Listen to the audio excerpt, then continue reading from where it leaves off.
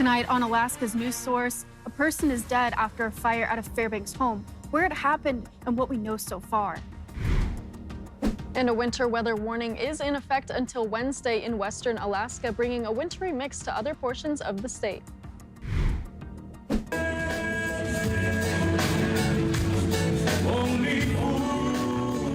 Plus, using music as connection and to raise money.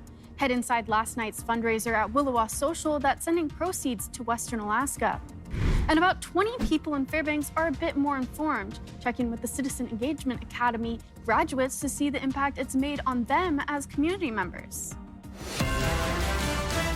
You're watching Alaska's news source. Human remains were found after a fire in a trailer in the Fairbanks area around 10 a.m. yesterday. That's according to Alaska State Troopers. Troopers say the residential fire off McGrath Road was still active when firefighters arrived, and later human remains were found in the living room. Troopers say 2 deputy fire marshals think the fire started in that room next to the wood stove. No foul play is suspected. And with the storm system pushing eastward from western Alaska, Bailey Braun joins us now to share how this may impact your work week.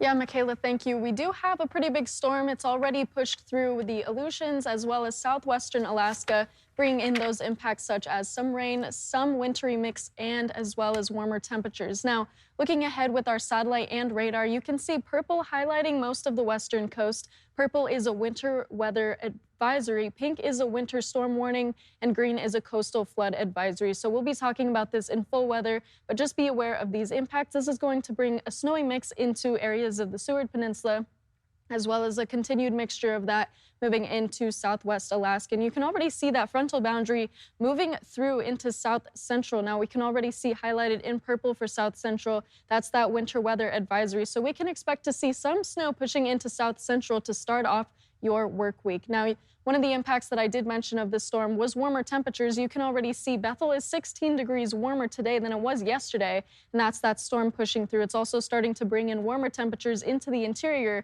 and it's starting to make its way towards eastern Alaska as well. So southeast, expecting to see those warmer temperatures pushing through in the next couple of days, but you can already see that big line of green pushing into the panhandle. That's going to bring a rainy mixture into that area, but in south central, we're expecting to see some snow for areas that have a maximum temperature for tomorrow below freezing. So those areas such as the Copper River Basin and Seward, those high temperatures are above freezing, so we're expecting to see mostly rain pushing on through. But then for those colder areas, you can expect to see some snow scattered and those warmer temperatures as well. So just looking at our skycast for tomorrow in Anchorage, we're expecting to see that snow moving on through in the morning, with those temperatures reaching closer to 30 degrees for that high. So slightly warmer than what we've been seeing lately. But of course, that snow is going to taper off just a little bit more into the afternoon.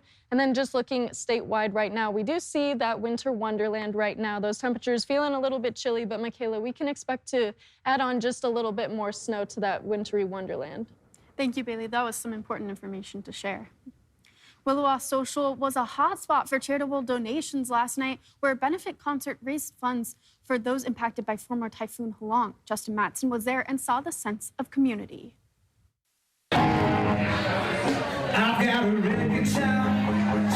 The dance floor at Williwaw was filled with good times to support those going through hard times. People wanted to do this, and they came together, and so many people volunteered their time. Over time, the concert grew larger and larger. They added tickets, and people are buying tickets at the door, and people are just flowing in and out, and that was kind of the point. For Williwaw Social, the turnout was phenomenal, but not unexpected. Seeing people from 5 to 95 come out here and with the same singular goal, families coming together to help other families. It's been so incredible. The event, billed as family-friendly, had its fair share of families, with a kids section with clowns and painting. One woman brought in a small baby, and she had a group of friends to all pitch in to, help take care of the baby. Caring for each other was the message heard at the concert. To see it all develop and see the support they give each other and the support they're willing to give. The people in the villagers, most of us don't know them. We've never met them, but they're our brothers and sisters, and we're here to help them. with organizers' belief that music is the connector being the match that lit the fuse. The music is what brings us together, and it gives us that voice that we can sing. When you see the people in the audience singing along to the songs because they feel them, you know? It's bringing us together, it's creating that community spirit that we need right now.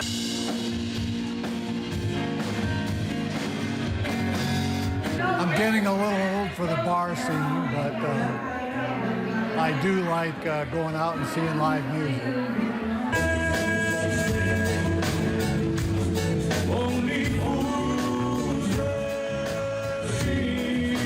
Justin Matson, Alaska's news source.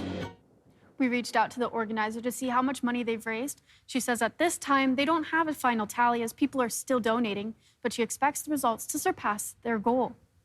Still ahead, doing your duty to be informed. People in Fairbanks understand the government a bit more now after the Citizen Engagement Academy, the roles the graduates are already fulfilling ahead.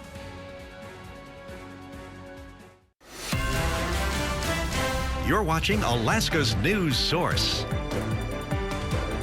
Creating a more active and informed community. This week, the Fairbanks North Star Borough held a mock assembly meeting to wrap up its first Citizen Engagement Academy. Alex Bengal spoke with teachers and students about what they've learned from the experience.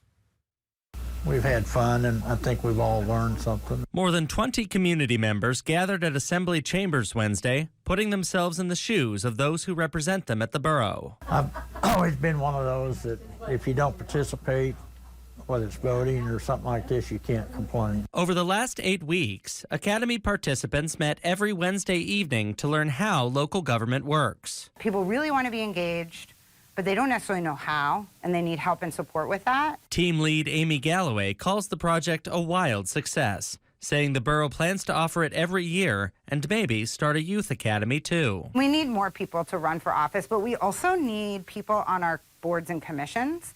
And from this academy, we have gotten 3 or 4 people signed up on our boards and commissions. 10 people had to be put on a wait list for this year's class, and current students say they learned a lot. I was very impressed with the transportation department. If you've never had a chance to tour the new transportation building, very impressive.